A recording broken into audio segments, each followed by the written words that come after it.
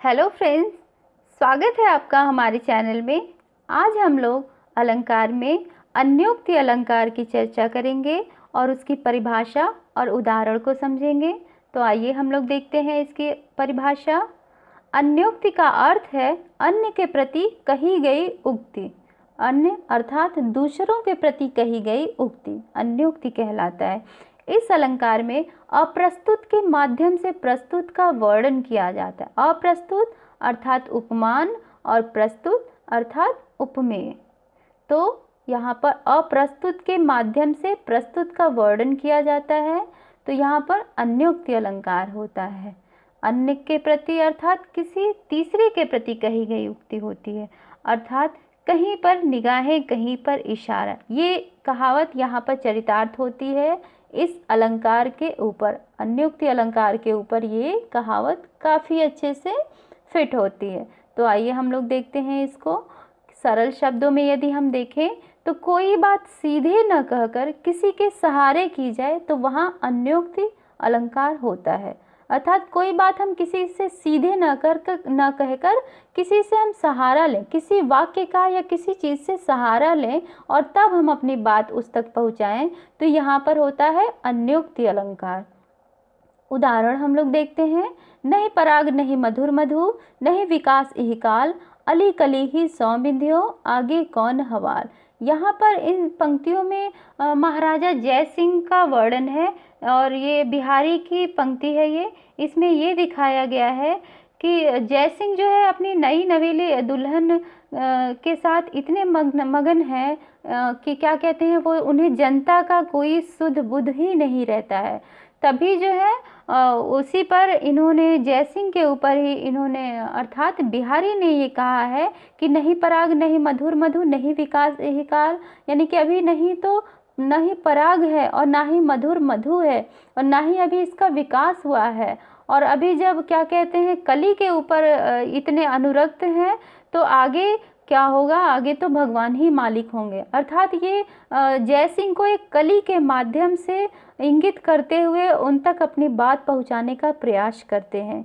अर्थात इतनी हिम्मत तो है नहीं उनके अंदर कि वो डायरेक्ट राजा को ऐसी बात बोल दें, तो वो सोचते हैं कि ऐसा हम करें कि हमारी बात भी राजा तक पहुंच जाए और हमें कोई नुकसान भी ना हो राजा की तरफ से। तो ये अन्योक्ति का उन्होंने सहारा लिया और उन्होंने कली को माध्यम बनाकर अपनी बात राजा तक पहुंचाई और राजा भी काफ़ी बुद्धिमान थे, तो उन्होंने इसका अर्थ समझ लिया और फिर वो अपने राजकाज में मगन हो गए। नेक्स्ट देखते हैं हम लोग। माली आवत देखकर कलियन करी पुकार, फूले फूले चुन लिए काल्हे हमारी बार। तो यहाँ पर भी अन्योक्ति का सहारा लिया गया है, डायरेक्ट अपनी बात को नहीं कही गई है। यहाँ पर एक फूलों के माध्यम से इस मनुष्य के शरीर की नश्वरता की बात कही गई है कि माली को आते देखकर कलियन करी पुकार। कलियाँ भी कहती हैं कि आज जो कली फूल गई है, मतलब बगीचे में जो कलियाँ एकदम विकसित हो चुकी हैं, तो इसको तो ये माली ले जा रहे हैं, कल अब हमारी बारी है। आज हम अभी नए हैं तो हमें ये माली छोड़ दे रहे हैं, जब हम भी एकदम विकसित हो जाएंगे, अपने उम्र के अंतिम पड़ाव में होंगे, तभी हमको ये माली यहाँ से ले जाएंगे। तो यहाँ पर ये दिखाया गया है कि जब यमराज को आते देखकर ये कहा गया है कि आज तो यमराज जो है, जो अपने उम्र की सीमा को पार कर चुके हैं, जो एकदम विकसित हो चुके हैं, उनको तो यमराज अर्थात जो यम है वो मनुष्य के शरीर को मौत, मतलब कि एक तरह से मृत्यु को प्राप्त हो रही है, मनुष्य का शरीर उनको ले जा रहे हैं यमराज। और अभी आज हम लोग जवान हैं, तो हमारी भी जब उम्र पूरी हो जाएगी तो हमें भी हमारी बारी अब कभी और आएगी, जब हम उम्र को पूरा कर चुके होंगे। तो यहाँ भी इस शरीर की नश्वरता को दिखाया गया है और ये डायरेक्ट ये बात न कह के वो इनडायरेक्ट तरीके से इस बात को अन्योक्ति के माध्यम से ये कही गई है कि कल हमारी बारी, अर्थात अब हमारी बारी किसी और दिन है।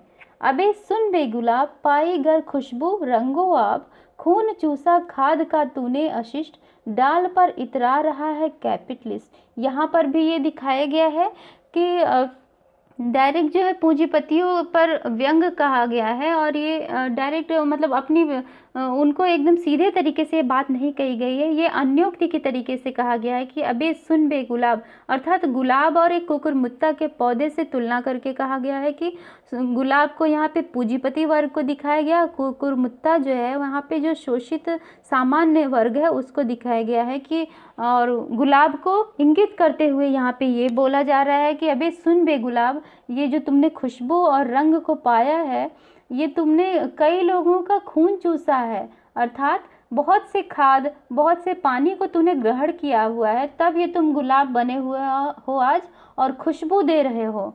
अर्थात तुम लोग जो यहाँ पे जो बड़े बड़े राजा बैठे हुए हैं, तो ये बहुत सारे जनता का ये क्या नाम है उनका खून चूसे हुए हैं, उनको बहुत परेशान किए हुए हैं, तब जाकर आज ये उच्च पद पर आसीन हुए हैं, और तू यहाँ पर बैठकर बहुत इटला रहा है, अर्थात बहुत घमंड कर रहा है।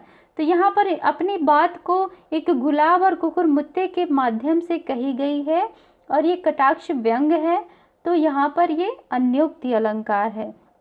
तो आप लोगों ने अन्योक्ति अलंकार को काफ़ी अच्छे तरीके से समझा कि यहाँ पर अपनी बात को डायरेक्ट नहीं कहा जाता है किसी से, किसी तीसरे अर्थात दूसरे का या फिर किसी और का सहारा लिया जाता है अपनी बात को कहने में, ताकि ये बात उस तक पहुंच भी जाए और हम उसके प्रकोप से बच भी सकें।